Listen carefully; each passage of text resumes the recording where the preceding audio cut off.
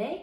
I have been practicing Vinyasa Yoga for 28 years with no sabbaticals, except for a few dalliances into Ashtanga every once in a while for a few months.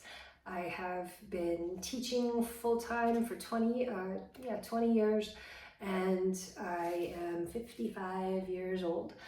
I want to complain today, because I love to complain, about the latest yoga gimmick, which is yoga with weights.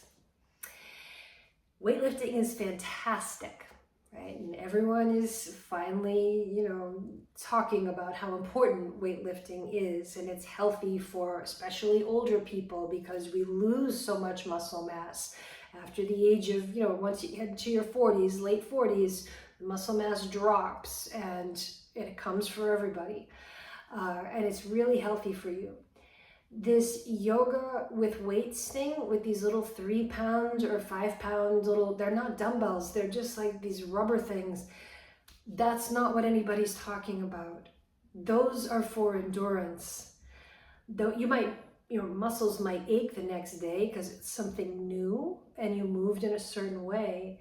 But yoga, when done properly, is all about endurance, holding the postures long enough, including taking a full chaturanga every time and not doing it too quickly, and doing your arm balances and doing your transitions without being floppy, or doing your inversions. Like, yoga has plenty of endurance. You don't need more. It can maybe burn some more calories if you add some weight to your body, but that's not the point of yoga either, right? Yoga will make you very strong. It does have some holes. I'll mention what they are in a minute, but I just want to reiterate that heavy weightlifting is not achieved by holding a 3 or 5 pound weight or doing a little bit of whatever with a 3 pound dumbbell in your hand while you're supposed to be doing your yoga practice. And maybe that sounds snarky or mean, but I kind of don't care, because I do think it's pretty stupid. The next video tells you how to figure out what heavy is if you're not a weightlifter and you're like, oh, I don't know. So that you might find that helpful. But after a certain age, for me it was 50. I was 49, and I thought, I was like, I'm fine. I'd go to the gym and do my cardio at the gym, and every once in a while I'd make sure I could still squat as much as I always could, or do my lat pull downs, make sure I could do those, and I was great. And then all of a sudden, 50, 51, just that muscle mass just drops, and suddenly you're weak, and you're like, oh my God, like, I can't believe this is happening to me. But it happens because you're a person. So I had to, and I hate to even admit it here, I wrote it in my last newsletter, but I practice one less time a week now because I need the energy for my weightlifting. It is that important. And if you know me, or you can kind of maybe hear in my voice, my practice means a lot to me, and I think it's very important. I take it very seriously.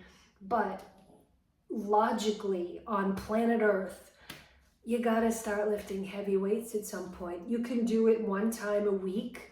It doesn't have to take over your life. It doesn't have to replace your yoga practice. I am in part doing my weightlifting because I want to continue my yoga practice for as long as I can, the way I want to do it. I want to do all my inversions, all my arm balances, all my transitions without feeling weak. And I'm going to keep losing muscle mass, because if I'm alive, I'm going to keep getting older, right? That's just life here on the planet. The things that yoga are missing, again, they're not going to be gained back by holding little 5 pound dumbbells. Number one is legs, right? And there's plenty of yogis who will tell you, I'm in perimenopause and I haven't lost any, it hasn't happened yet. You haven't lost the muscle mass. The muscle in your butt and your thighs goes first. You need to do your squats or your lunges heavy to put that muscle mass back, that density back, and then to keep getting stronger, because yoga doesn't do enough. think about it in terms of like an NBA basketball player in great shape, but going to football camp. They're gonna struggle, right? No one's saying you're not in great shape if you're only doing yoga, but over some decades, it's not enough. You have to do some weightlifting. I want to keep doing these things when I'm in my 60s. When I'm in my 60s, I'll probably have to take one more day of weightlifting. Maybe even one less day of yoga practice, but I want to be balanced, right? We go to yoga at first, in the beginning, we're like, I need to find balance, right? And then we become imbalanced and we make yoga everything. It's something. It's a great thing, but it's not everything.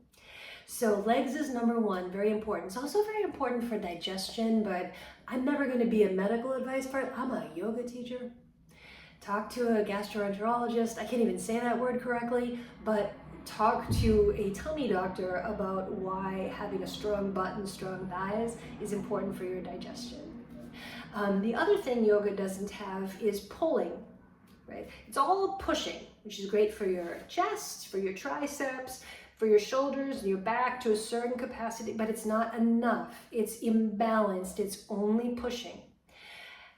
Over a certain amount of decades of all pushing and no pulling, you're going to be imbalanced. So I had to add some more pulling. I had to actually do it, not just check in and make sure I was still amazing. I wasn't. I'm not. You gotta do some pulling. It doesn't mean you have to be able to do 15 perfect pull-ups, but you gotta be able to pull as well as you can push. Right? The last thing, it's a little thing, but the rectus abdominis. Yogis are very strong in the transverse abdominis and the oblique muscles, right? The transverse abdominis work in tandem with the psoas in your yoga practice and the twists with the oblique, everything, all of the lengthening of the spine, we are very strong there. If you're doing all of your pickups and some of the arm balances or transitions from inversions to arm balance, you're probably using the rectus abdominis pretty well, but there might be a chance not enough. The rectus abdominis is in charge of rounding the spine, right? So you might check in, just try to do few sit-ups like you did when you were in 3rd grade, and you find out if you can do like 25, 50 boat poses, no problem, but you can't do 3 sit-ups. You got a little imbalance there, right? So I'm fine being stronger with my transverse and my oblique muscles, but I'm not fine with being that weak in my rectus abdominis. I want the balance. I want to be a healthy person. So I've added a little bit more rectus abdominis work because my pickups are not good either. They're terrible. But, you do what you can do. So that's it. Welcome to my page. Thank you for watching, listening, and I'm sure I'll find something else to complain about really soon. The next video, as I said, is about lifting heavy weights.